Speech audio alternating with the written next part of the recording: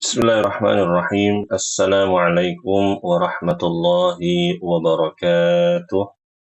Waalaikumsalam warahmatullahi wabarakatuh, Ustaz. Alhamdulillah wassalatu wassalamu ala Rasulillah wa ala alihi wa sahbihi wa man walah amma ba'du. Ibu-ibu rahimakumullah. Alhamdulillah pada perjumpaan kita kali ini, yakni pada pertemuan pertama dari rangkaian daurah Tarhib Ramadan 1447 Hijriah, yang mana daurah ini akan kita laksanakan sebanyak 5 pertemuan di setiap hari Kamis, pukul 10 hingga pukul 11.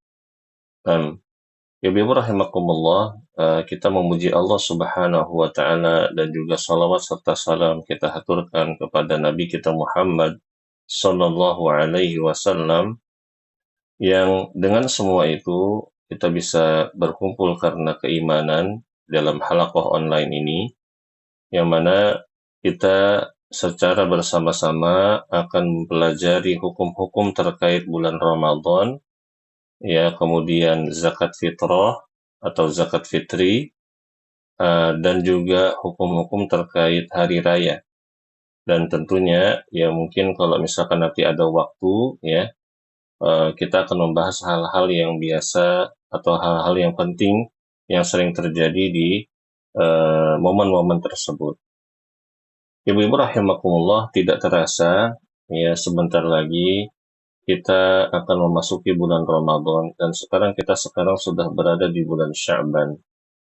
Sebagai seorang muslim, ya, dan sudah kita ketahui bersama bahwa mempelajari ya hukum-hukum puasa, hukum-hukum zakat fitrah, ya, adalah kewajiban bagi kita semua.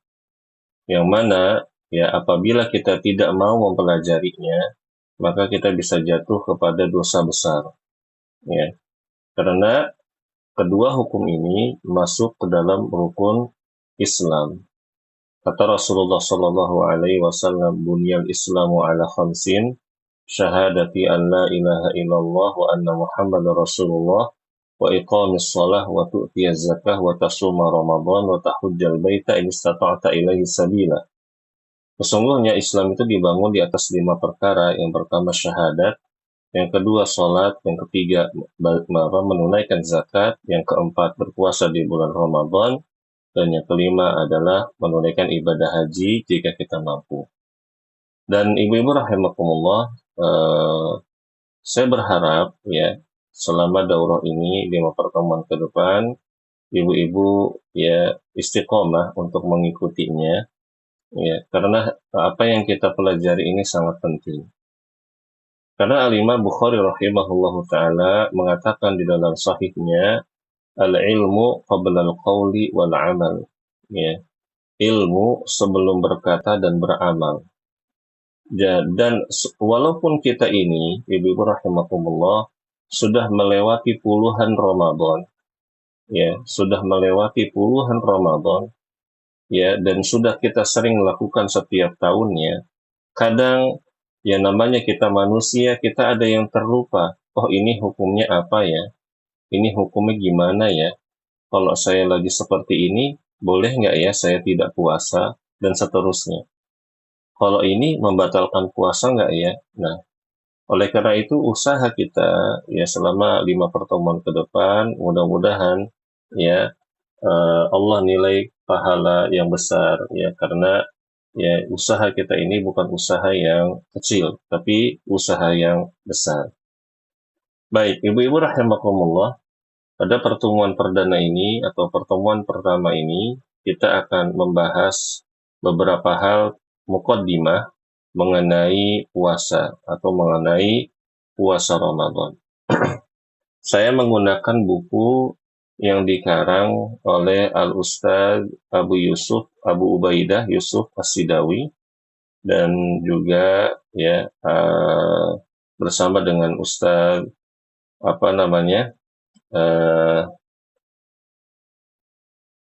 saya lupa nama beliau. Ini Ustadz Abu Abdullah Syahrul Fatwa bin Luqman bin Salim Hafizahumallahu ta'ala.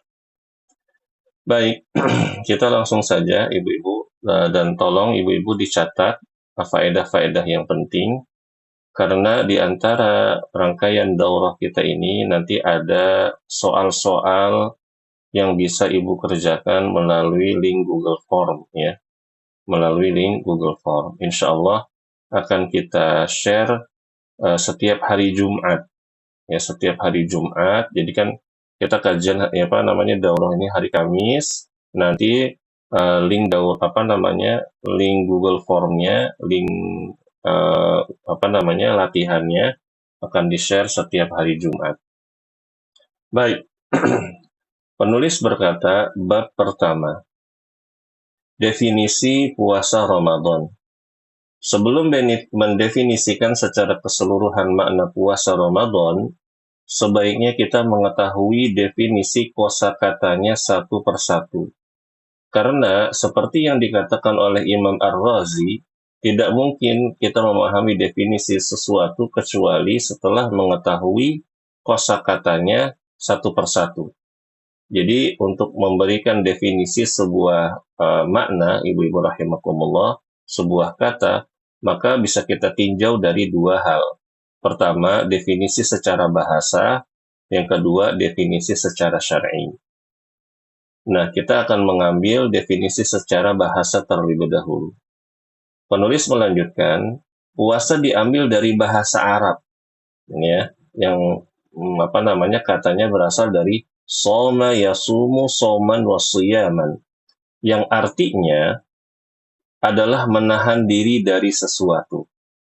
Abu Ubaid berkata, dikatakan, bagi setiap orang yang menahan dari sesuatu berupa makan, berbicara, bagi setiap orang yang menahan diri dari sesuatu berupa makan, berbicara, menceritakan aib orang, maka ia disebut orang yang berpuasa. Adapun secara bahasa, as-siyam atau siyam, yakni puasa, berarti menahan dan tenang. Lawan kata dari bergerak, ini harokah, ya bergerak. Oleh karena itu, Allah mengiringkan puasa dengan sholat, sebab sholat merupakan gerakan menuju al-haq. Sedangkan puasa berarti menahan diri dari syahwat. Hal ini mencakup perbuatan menahan diri dari ucapan dan perbuatan, juga mencakup manusia, hewan, dan sebagainya. Contoh menahan diri dari ucapan adalah firman Allah, Inni nadartu lirrahmani sawma, yang artinya sesungguhnya aku bernadar kepada Allah Ar-Rahman, yakni Tuhan yang Maha Pemurah, sawman, yakni aku tidak berbicara. Ya, Quran surat Maryam ayat 26. Contoh menahan diri dari perbuatan adalah ucapan an-nabirah ad-dibyani, ya, yang artinya kuda yang tenang dan kuda yang meringkik di bawah asap, dan yang lainnya menggerakkan tali kekangnya. Ya. Adapun secara syara' atau secara syar'i, arti siyam, yakni puasa, adalah menahan diri, perhatikan ibu-ibu, ya, menahan diri dari makan, minum, berhubungan suami istri, dan sebagainya sesuai dengan tuntunan syariat, termasuk juga menahan diri dari ucapan kotor, perbuatan zalim, dan sebagainya, karena hal ini lebih ditekankan di bulan puasa. Sedangkan kata Ramadan diambil dari kata Ramadha as-saimu, yarmadu, yaitu apabila orang yang sedang berpuasa terbakar lambungnya. Maksudnya karena kosongnya lambung, itu kadang suka perih ya ibu-ibu ya. Karena kehausan dan juga kelaparan tentunya. Yang menguatkan makna ini adalah hadis yang berbunyi, Salatul awwabina hina tarmadul fisalu. Salatnya orang-orang awabin, yakni salat duha, ibu-ibu ya, yang sering bertaubat kepada Allah adalah ketika anak unta merasa kepanasan. Jadi, kalau ditanya kapan waktu terbaik melaksanakan sholat duha, adalah ketika anak unta itu sudah merasa kepanasan. Sekitar pukul 10:30 sampai jam 11 ya. Kemudian, adapun mengapa bulan Ramadan atau bulan tersebut dinamakan dengan bulan Ramadan, maka hal ini diperselisihkan oleh para ulama. Yang pertama, karena ketika puasa diwajibkan pertama kali bertepatan pada musim panas. Ya, dan ini yang sering dibahas oleh para asatidzah, ya, para guru-guru kita ketika menjelaskan Ramadan itu apa sih? Karena Ramadan itu diambil dari kata panas yang sangat, ya. Dan biasanya memang ibu-ibu rahimakumullah, ya, iklim di bulan Ramadan itu senantiasa cenderung panas, ya. Lalu yang kedua, karena bulan Ramadan itu membakar dosa dan menghapusnya, yaitu menghapus dosa dengan amal soleh yang dikerjakan pada bulan Ramadan. Lalu yang ketiga, ada yang mengatakan bahwa nama Ramadan tidak memiliki makna seperti halnya nama bulan-bulan lainnya. Ya, namun wallahu a'lam bishawab, ibu rahimakumullah, yang mendekati kebenaran adalah tadi Ramadan itu adalah bulan yang biasanya di situ iklim cuaca itu panas, ya. Baik. Jadi puasa Ramadan menurut terminologi syariat adalah seorang muslim menahan diri dari makan, minum, dan seluruh perkara yang membatalkan puasa dengan niat beribadah kepada Allah sejak terbit fajar kedua, maksudnya sejak terbit fajar shadiq, ya. Fajar itu ada dua, ibu-ibu, ada fajar kadhib, ada fajar shadiq. Nah, yang dihitung ini fajar shadiq. Ini azan yang kedua di waktu subuh, ya. Hingga terbenamnya matahari, ya, hingga waktu maghrib. Bagi orang-orang tertentu, ya, dan syarat-syarat khusus. Al-Imam Ibnu Abdul Bar rahimahullah berkata, adapun puasa dalam sudut pandang syariat maknanya adalah menahan diri dari makan, minum, berhubungan intim dengan istri atau dengan suami pada siang hari apabila orang yang meninggalkan perkara itu niatnya adalah mencari wajah Allah, niatnya adalah ibadah dan pahalanya. Inilah makna puasa dalam syariat Islam menurut semua pendapat ulama di umat ini. Nah, namun ibu-ibu rahimakumullah, ya, apabila nanti ada pertanyaan apa yang dimaksud dengan puasa, maka puasa adalah seorang muslim yang menahan diri dari makan, minum, dan seluruh perkara yang membatalkan puasa dengan niat beribadah kepada Allah sejak terbit fajar kedua hingga terbenamnya matahari bagi orang-orang tertentu dan syarat-syarat khusus, ya. Begitu. Ini adalah makna atau pengertian yang mencakup, ini yang apa namanya, yang secara penuh, ya. Begitu berikutnya, ibu-ibu rahimakumullah, kita masuk bab yang kedua, yakni hikmah dan manfaat puasa. Penulis mengatakan, A. Indahnya syariat Islam. Sesungguhnya syariat Islam yang mulia ini sangat indah. Segala hukumnya dibangun di atas hikmah dan kemaslahatan. Hanya kadang kita mengetahuinya dan kadang pula kita tidak mengetahuinya karena para hamba memang tidak mendapat kewajiban untuk mengetahui perincian hikmah Allah. Namun, cukup bagi mereka hanya mengimani, mengetahui ilmunya secara umum, dan pasrah sepenuhnya. Sebab, mengetahui perincian hikmah adalah sesuatu yang di luar batas kemampuan akal manusia.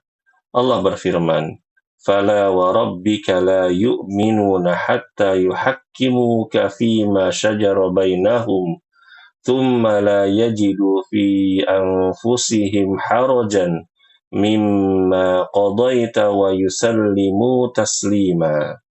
Maka demi Tuhanmu, mereka pada hakikatnya tidak beriman hingga mereka menjadikan kamu hakim dalam perkara yang mereka perselisihkan. Kemudian mereka tidak merasa keberatan dalam hati mereka terhadap putusan yang kamu berikan, dan mereka menerima dengan sepenuhnya. Ya, jadi ibu-ibu rahimakumullah, apabila syariat itu sudah membebani kita, ya dalil atau wahyu sudah sampai kepada kita, maka tugas kita sebagai hamba adalah sami'na wa ata'na, ya mendengar dan kita mentaatinya, mendengar kemudian kita melaksanakannya. Kalau perintah kita kerjakan, kalau larangan kita jauhi, ya. Kemudian penulis melanjutkan, bagaimanapun juga seseorang tidak dicegah untuk mengetahui hikmah suatu syariat karena hal tersebut memiliki beberapa manfaat. Di antaranya adalah yang pertama, mengetahui ketinggian dan keindahan syariat Islam karena semua syariatnya dibangun di atas hikmah. Contoh, misalkan ibu-ibu rahimakumullah, ya hikmahnya sholat. Di antara para ulama menyebutkan hikmahnya sholat itu adalah menjadikan seorang itu disiplin, menghargai waktu, ya, menunaikan amanah dan lain-lain. Itu contohnya. Kemudian hikmahnya sedekah itu apa? Hikmahnya sedekah kita ini membangun toleransi, membangun empati kepada sesama dan seterusnya, ya. Lalu yang kedua, bisa dikiaskan atau dianalogikan kepada hal lainnya yang semakna, ya. Yang ketiga, lebih menenteramkan seorang hamba dengan hukum tersebut. Jadi kadang-kadang, Ibu memang, kalau kita mengetahui hikmah dari suatu perintah yang Allah turunkan kepada kita, yang Allah bebankan kepada kita tuh jadi makin tentram. Oh, jadi ini toh maksudnya Allah. Oh, jadi ini toh yang diinginkan oleh Allah. Oh, agar supaya begini. Nah, seperti itu. Ya. Lalu, yang keempat, penyemangat untuk menjalankan hukum syariat. Setelah kita tahu hikmahnya, ya kita jadi lebih semangat ya dalam mengerjakan amal tersebut. Lalu yang kelima, bisa memberikan kepuasan kepada orang lain. Yang keenam, memberikan kekuatan ilmu yang matang. Yang ketujuh, menampakkan makna salah satu nama Allah yaitu Al-Hakim. Al-Hakim itu yang maha bijaksana. Ya. Kemudian yang B, hikmah puasa. Adapun hikmah dan manfaat puasa adalah sebagai berikut. Yang pertama, melatih jiwa untuk taat kepada Allah. Jiwa, ibu-ibu rahimakumullah, sifatnya seperti anak kecil, ya. Seperti anak kecil yang perlu dilatih.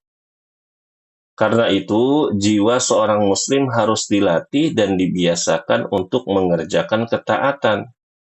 Salah satu bentuk pelatihan agar jiwa terbiasa dalam mengerjakan ketaatan adalah dengan puasa. Karena dalam puasa seseorang akan meninggalkan sebagian kenikmatan yang asalnya halal, yang asalnya mubah, dari menahan makan, minum, dan berhubungan biologis, yang semuanya ini ditinggalkan demi mencari ridho dan pahala Allah. Ya, begitu ibu-ibu rahimakumullah. Sudah barang tentu itulah pelatihan yang nyata. Tidak ada yang sanggup mengerjakannya kecuali orang yang benar-benar beriman, suci jiwanya, dan tulus cintanya untuk taat kepada Allah. Barangkali inilah yang diisyaratkan dalam sebuah hadis yang berbunyi, la khulufu famis shaimi atyabu indallahi ta'ala min rihil miski yatruku ta'amahu wa syarabahu wa syahwatahu min ajli as-siyamu li wa ana ajzi bihi. Yang artinya, sungguh bau mulut orang yang berpuasa lebih harum di sisi Allah. Ini ibu-ibu lebih harum di sisi Allah, bukan lebih harum antara manusia ya. Lebih harum di sisi Allah Ta'ala daripada minyak misik. Ya, minyak wangi yang sangat wangi ya. Dia meninggalkan makan, minum, dan syahwatnya karena aku. Semua amalan Bani Adam itu kembali untuknya. Kecuali puasa, sesungguhnya ia untukku, kata Allah. Dan aku yang akan membalasnya. Imam Ibn Hibban rahimahullah mengatakan, Syiar dan tanda kaum mukminin pada hari kiamat adalah cahaya yang memancar karena bekas wudhu mereka di dunia.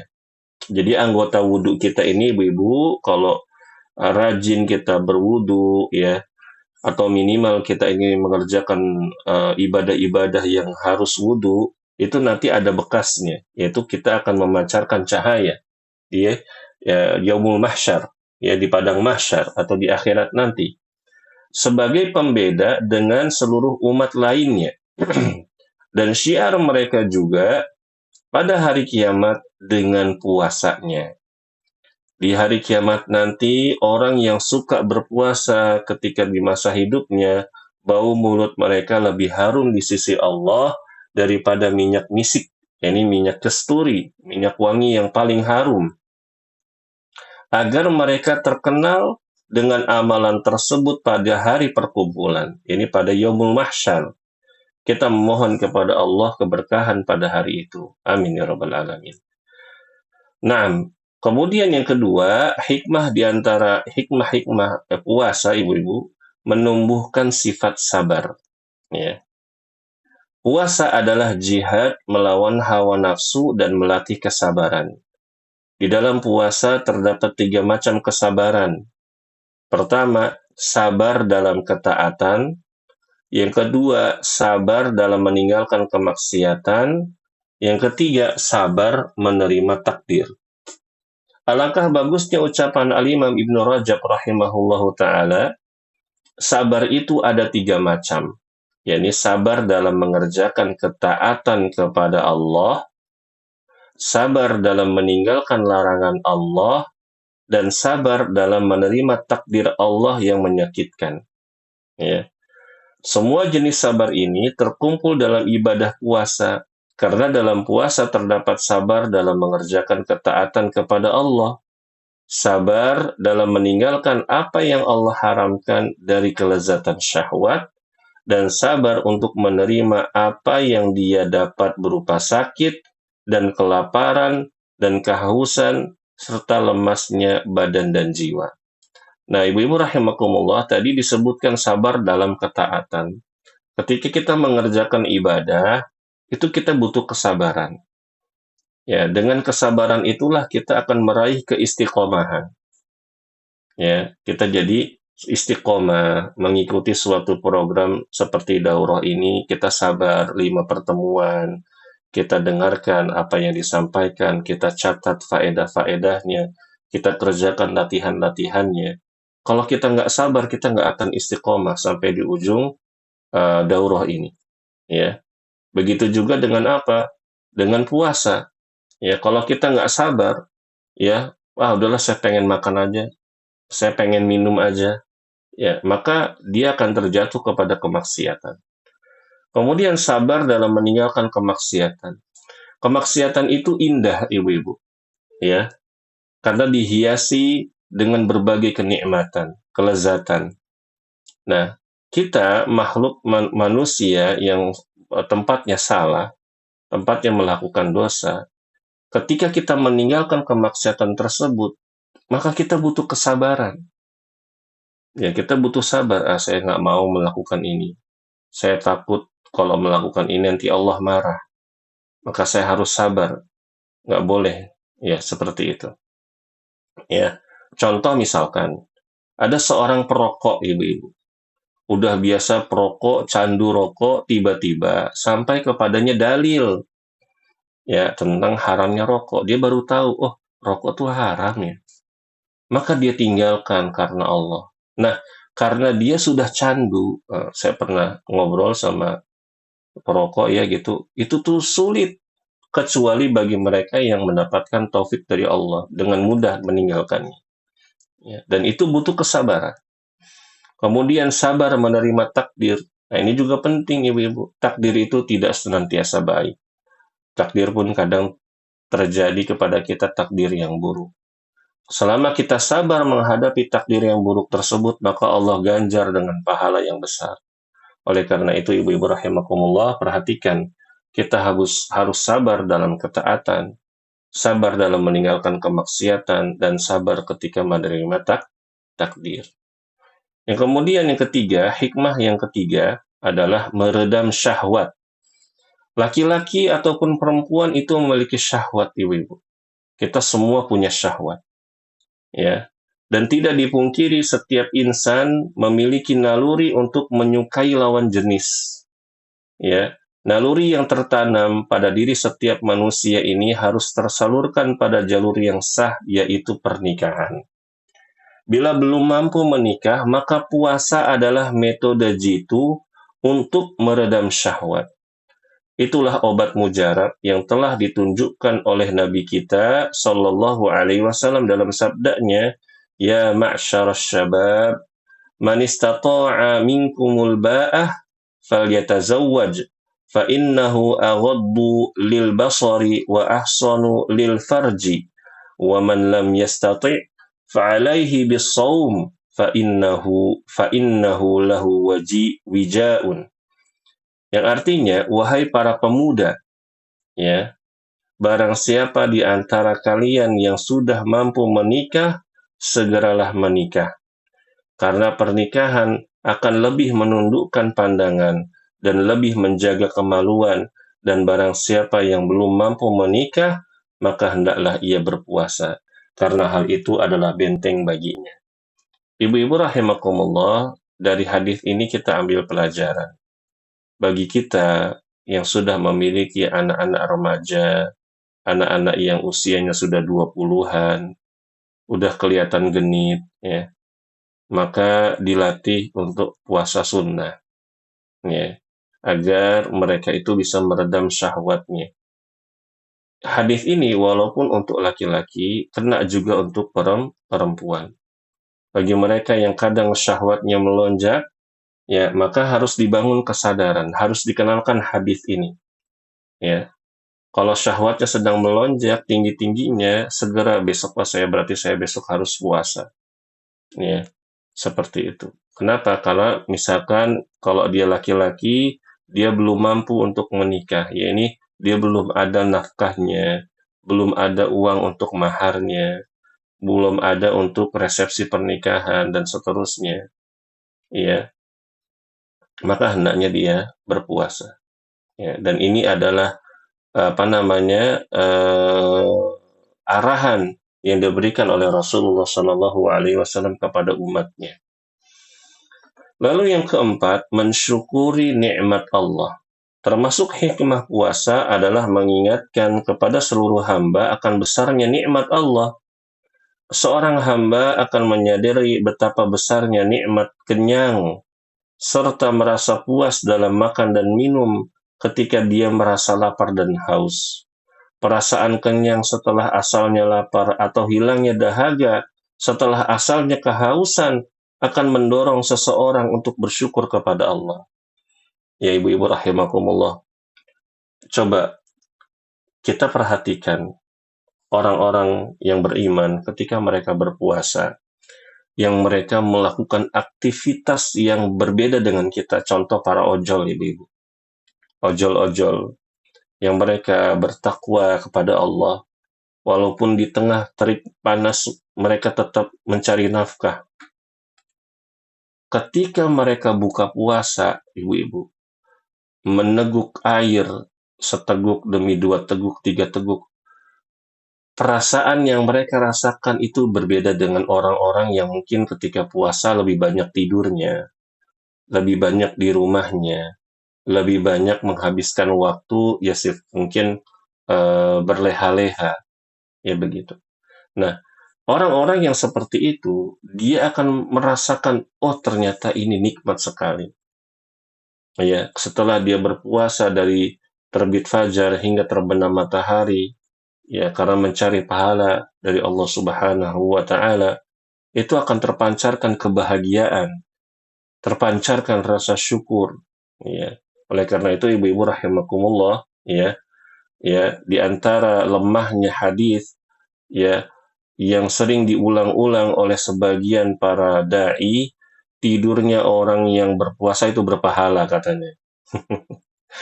Nah, ini tersebar di tengah-tengah kaum muslimin. Jadi mereka maunya tidur aja. Jadi orang yang tidur, kebanyakan tidur ketika puasa, itu tuh nikmat berpuasanya tuh kurang, rasa syukurnya tuh kurang. Maka ya tentu ibu-ibu rahimakumullah mungkin keadaan fisik seseorang berbeda-beda, tapi jangan kita akhirnya ketika masuk bulan Ramadan jadi kurang aktif, ya.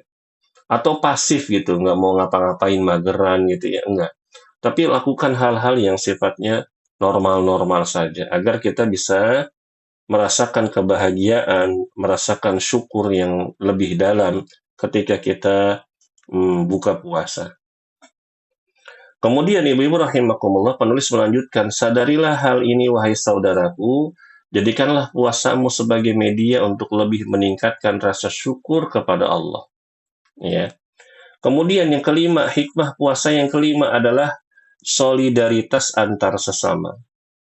Itulah hikmah puasa dari sisi kemasyarakatan, dari hubungan hablum minan nas. Sesungguhnya rasa lapar dan haus demi menjalankan perintah agama akan menumbuhkan solidaritas dan perasaan setara dengan orang-orang miskin yang kesehariannya sering merasakan kelaparan dan kehausan. Hal itu akan menumbuhkan sifat peka dan peduli terhadap saudaranya yang kurang mampu. Al-Imam Ibnul Qayyim rahimahullah mengatakan, puasa akan meningkatkan keberadaan orang-orang yang kelaparan dari kalangan orang-orang miskin. Puasa akan mengingatkan keberadaan orang-orang yang kelaparan dari kalangan orang-orang miskin. Kemudian Ibnu Humam rahimahullah pun berkata, sesungguhnya tatkala orang yang puasa itu merasakan sakitnya rasa lapar, ini perihnya lambung, pada sebagian waktu, hal itu akan meningkatkan atau mengingatkannya pada seluruh keadaan dan waktu yang akan membawanya bersegera untuk peduli kepada orang yang kurang mampu. Naam, ibu-ibu rahimakumullah, ya, ketika kita berpuasa, ya kita akan merasakan bagaimana yang dirasakan oleh orang-orang miskin atau orang-orang kaya yang tiba-tiba Allah cabut hartanya atau nikmatnya. Contoh kejadian banjir bandang di Aceh kemarin ya, di Sumatera juga ya. Begitu banyak orang-orang yang memiliki harta, ibu-ibu rahimakumullah, tertimpa musibah. Ketika musibah melanda, mereka nggak punya air minum. Ya, nggak ada air minum. Mereka minum dari air-air yang ya tidak steril, ya mungkin air kotor begitu ya. Itu adalah di antara salah satu ya kita akhirnya bisa merasakan, oh ini loh yang terjadi kalau misalkan orang-orang miskin itu menahan lapar, menahan haus, ya begitu. Nah, makanya nanti ibu-ibu rahimakumullah di antara amalan yang dianjurkan ketika di bulan Ramadan adalah kita apa namanya ngasih makan orang, ngasih minum orang, ya itu, ya agar kita yang punya harta berlebih, ibu-ibu rahimakumullah, kita mendapatkan pahala. Orang yang ikhlas, ya ibu-ibu, ketika nanti masuk Ramadan, orang yang ikhlas memberi makan dan minum kepada orang-orang yang berpuasa, ketika mereka mengeluarkan infaknya di jalan Allah, mereka akan merasakan kebahagiaan. Mereka akan merasakan manisnya iman. Ya, seperti itu. Karena itu adalah janji dari Allah Subhanahu wa taala dan Rasul-Nya. Kemudian hikmah yang keenam, sebab meraih derajat takwa. Puasa adalah sebab untuk meraih derajat takwa. Allah berfirman, "Ya ayyuhalladzina amanu kutiba alaikumusiyam kama kutiba 'alal ladzina min qablikum la'allakum tattaqun." Wahai orang-orang yang beriman, diwajibkan atas kamu berpuasa sebagaimana diwajibkan atas orang-orang sebelum kamu agar kamu bertakwa. Surat Al-Baqarah ayat 183. Sesungguhnya, orang yang puasa diperintahkan untuk mengerjakan ketaatan dan meninggalkan kemaksiatan. Dengan demikian, bila orang yang sedang berpuasa terbetik di dalam hatinya untuk mengerjakan maksiat, maka dia akan menahan dan meninggalkannya. Orang yang fitrahnya masih bagus, ibu-ibu, imannya mungkin masih tebal lah gitu ya. Ketika dia sedang berpuasa, dia mau melakukan kemaksiatan, dia akan berpikir 2 kali, 3 kali, 4 kali, 5 kali. Saya ini lagi puasa. Masa saya dengerin dangdutan? Ya. Oh, saya ini lagi puasa. Masa gibahin orang? Oh, saya lagi puasa. Masa saya melihat apa-apa yang diharamkan oleh Allah? Nah, seperti itu, ibu-ibu. Jadi, inilah hikmahnya. Ya. Jadi, dia itu ada barrier, ada apa namanya, ada batasan gitu loh, yang membuat dia untuk melangkah menuju kemaksiatan dia jadi tertahan. Ya. Al-Imam Ibnul Qayyim rahimahullah mengatakan puasa mempunyai pengaruh yang sangat menakjubkan dalam menjaga anggota tubuh secara lahiriah dan kekuatan batiniah. Puasa menjaga dari segala campuran yang membahayakan yang apabila dibiarkan akan merusak seluruh tubuh dan membersihkan dari zat-zat yang merusak kesehatan. Puasa dapat menjaga kesehatan hati dan anggota badan dan mengembalikan dari kerusakan syahwat. Ia adalah sarana yang paling besar dalam mewujudkan ketakwaan kepada Allah Subhanahu wa taala. Ibu-ibu, memang di antara hikmahnya puasa itu adalah kesehatan. Tapi, nah ini ibu-ibu nih yang biasanya suka puasa pengen diet ya. Jangan puasanya itu niatnya karena diet, jangan. Tapi niat puasanya karena apa? Karena Allah, ya. Karena saya mau puasa Senin Kemis sekalian diet gitu kan ya. Tapi niat dietnya lebih besar ketimbang niat ibadahnya. Maka sebagaimana yang dikatakan Rasulullah, innamal a'malu binniyat, sesungguhnya amalan itu tergantung niatnya. Maka jangan sampai ibadah puasa Senin Kamis atau puasa Daud yang kita kerjakan, ibu-ibu rahimakumullah, tidak bernilai pahala sedikit pun di sisi Allah. Tidak bernilai ibadah. Ya, jadi ketika mau puasa sunnah, tanamkan ibadah niatnya, bukan yang lain. Ya, begitu. Kemudian hikmah yang ketujuh, ya, menjernihkan hati dan pikiran. Inilah hikmah yang jarang diketahui oleh manusia. Dengan meninggalkan berbagai kenikmatan dan keinginan jiwa ketika berpuasa, pikirkan berbagai pikiran ya atau pikirkan berbagai kenikmatan dan keinginan jiwa ketika berpuasa, pikiran dan hati menjadi jernih dan bersih. Hati dan pikiran akan terpusat untuk berzikir dan beribadah. Sebaliknya, banyak makan dan minum akan membuat hati menjadi lalai dan sibuk. Bahkan tidak mustahil membuat hati menjadi keras dan gersang. Nah ini ibu-ibu bukan isapan jempol ya. Orang yang ingin cepat hafal Quran, itu misalkan dia menempuh cara yang Allah ridhoi, itu temannya puasa ibu-ibu. Kalau ada anak-anak, dia nih di pesantren, dia ikhlas nih, ngafal Quran karena Allah. Pasti dia banyak puasa. Ya. Kenapa? Karena dengan berpuasa, dia itu akan ini tadi menjernihkan hati dan pikiran. Ya, lebih mudah menghafal Quran dalam keadaan berpuasa. Ya, lebih mudah ya berinteraksi dengan Al-Quran dalam keadaan puasa. Makanya ibu-ibu rahimakumullah, di antara amalan yang amalan yang apa dilakukan atau dianjurkan di bulan Ramadan adalah banyak berinteraksi dengan Quran, banyak baca Quran, ya seperti itu. Kemudian penulis di sini menukil perkataan Ibrahim bin Adham. Beliau berkata, barang siapa mampu menahan perutnya akan mampu menjaga agamanya. Barang siapa dapat menguasai rasa lapar akan meraih akhlak yang mulia. Karena maksiat kepada Allah sangat jauh bagi orang yang lapar dan sangat dekat bagi yang kenyang. Kenyang dapat mematikan hati karena orang yang kenyang akan banyak senang, gembira, dan tertawa. Ustadz, berarti kita nggak boleh sering-sering kenyang dong? Nggak begitu ibu-ibu.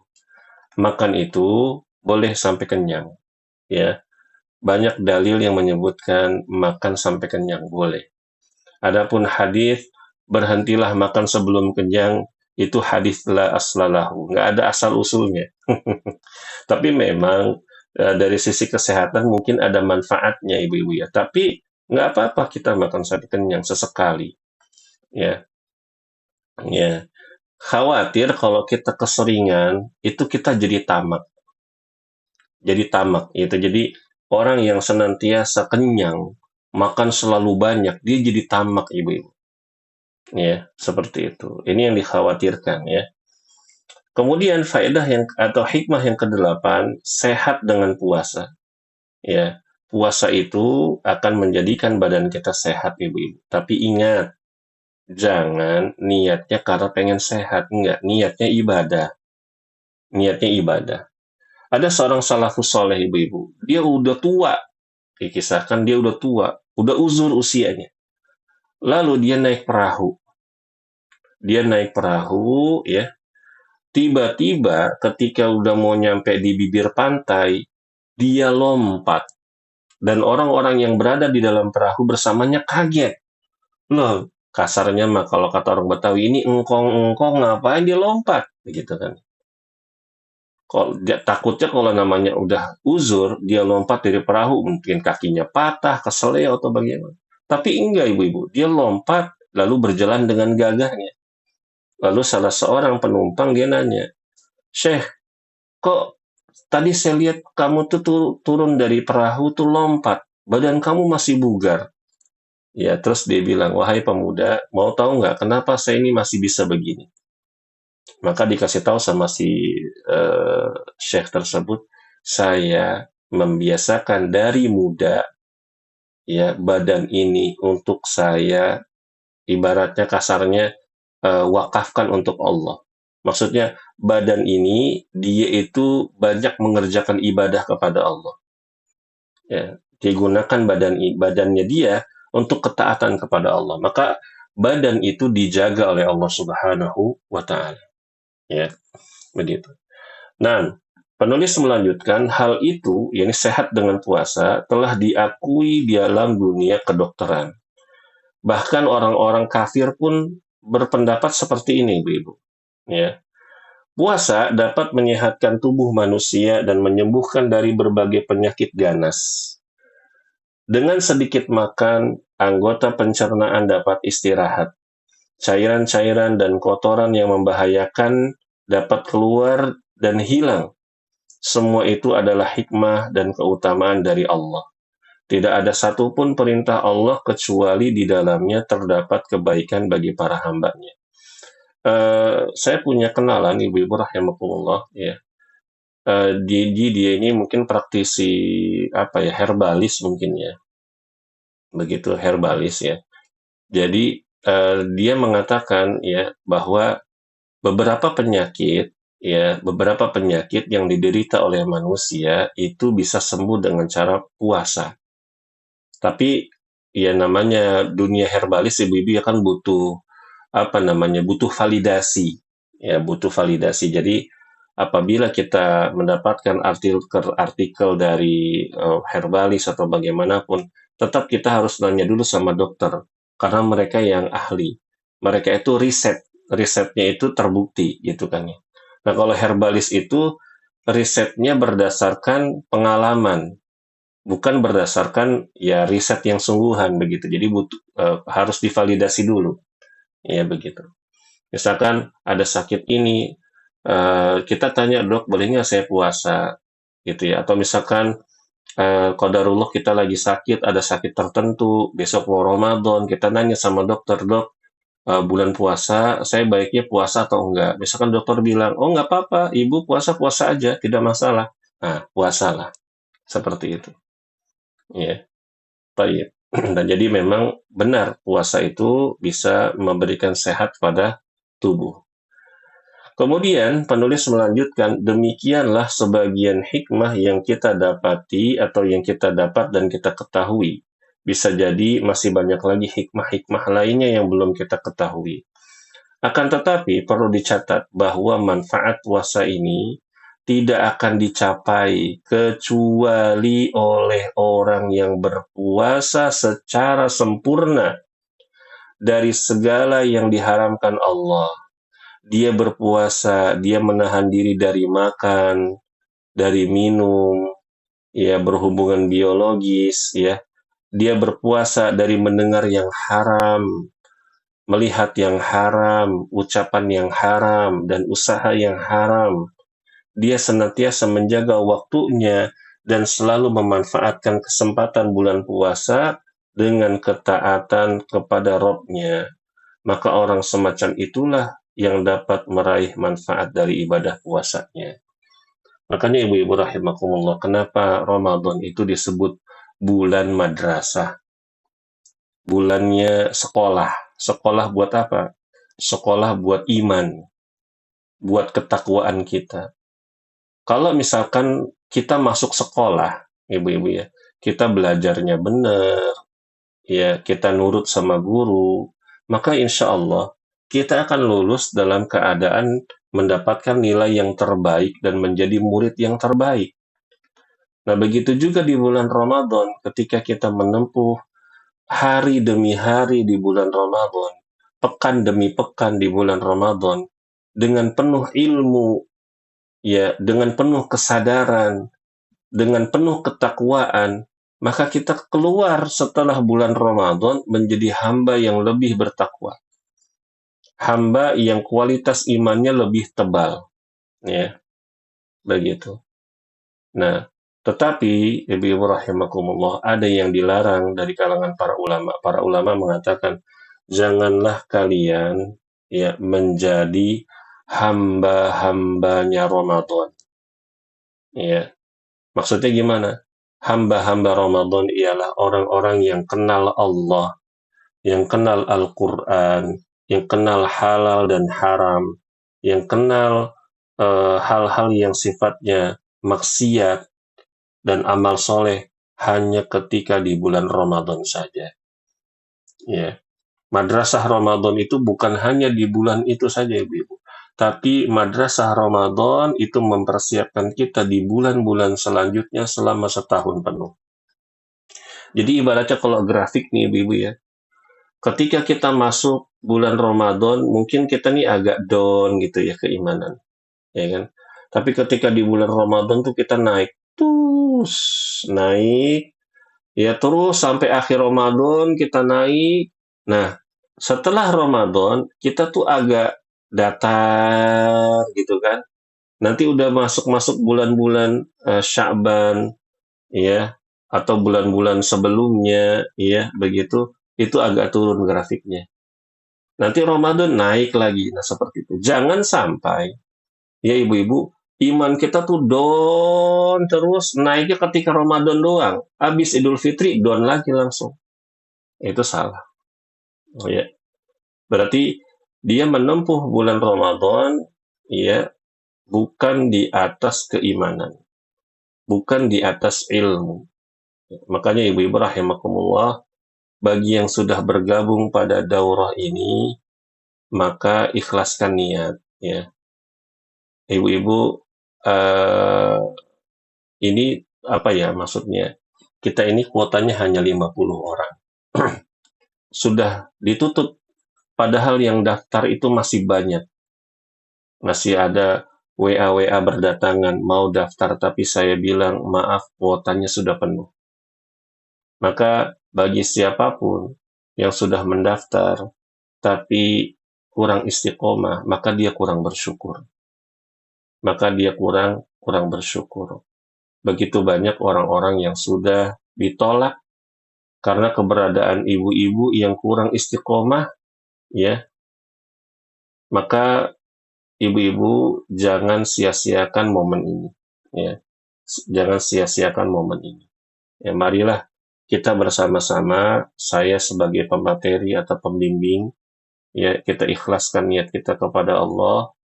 Lalu yang kedua, kita memohon agar Allah memberikan kepada kita kesabaran, memohon kepada Allah agar kita diberikan keistiqomahan, agar kita bisa melewati daurah ini selama 5 pertemuan. Wallahu a'lam bishawab. Mungkin untuk hari ini kita cukupkan dulu ibu-ibu rahimakumullah.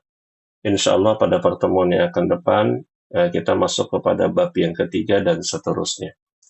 Kita tutup dengan membaca doa kafaratul majelis. Apabila ibu-ibu ada pertanyaan, ya bisa dikirim di grup saja ya ibu-ibu ya. Ibu ada pertanyaan apapun mengenai bulan Ramadan, nanti bisa ibu kirim pertanyaannya di grup. Ya, seperti itu. Wallahu a'lam bishawab. Kita tutup. Subhanakallahumma wa bihamdika asyhadu an la ilaha illa anta astaghfiruka wa atubu ilaik. Wassalamualaikum warahmatullahi wabarakatuh. Waalaikumsalam Iya, ibu-ibu, wa jazakumullahu khairan ibu-ibu.